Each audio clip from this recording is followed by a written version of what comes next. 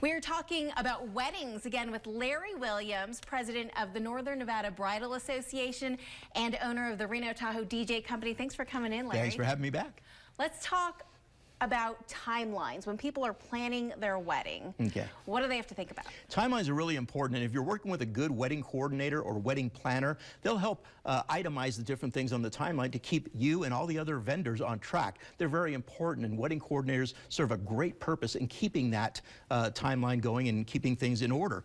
However, a lot of brides and grooms don't use wedding planners. Sometimes they don't. You have to rely on a DJ or maybe the facility manager to kind of keep things going. The best way in that case, where you're not using a professional wedding planner, is to keep it simple.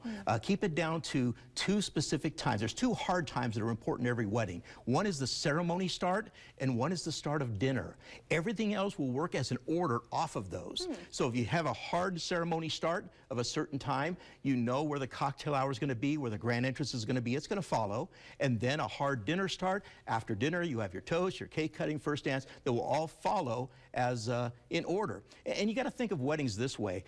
Most weddings, now the average wedding size in this area is about 110 people. We don't see a lot of 200, 300, 400 people weddings here. So most weddings are 4 hours for reception. That is for 1 hour cocktail hour, 1 hour of dinner, and a couple hours of dancing. That's generally the makeup of most weddings. If they're a big dance crowd, of course, they're going to stay and dance a little bit more.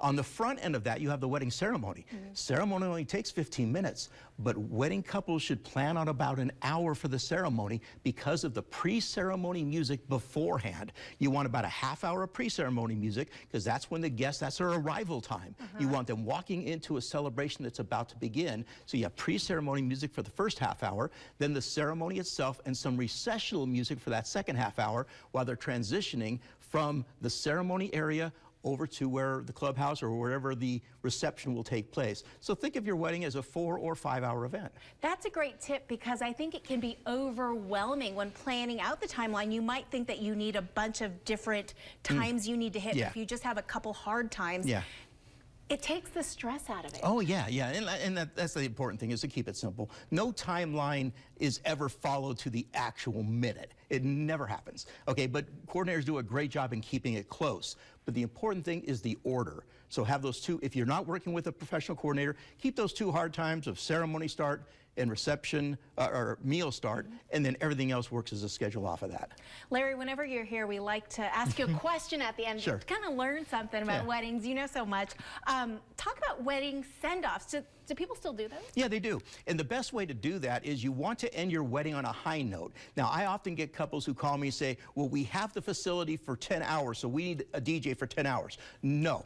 Don't do that. If you have, I don't care if it's a clubhouse, an Elks Lodge, whatever, a backyard, even though you have the place till 10, 11, or 12 o'clock midnight, that doesn't necessarily mean it's great to keep that going. You want a good send-off with a good amount of people. Just because you have the place to midnight, you might be playing for 6 people in the cleanup crew.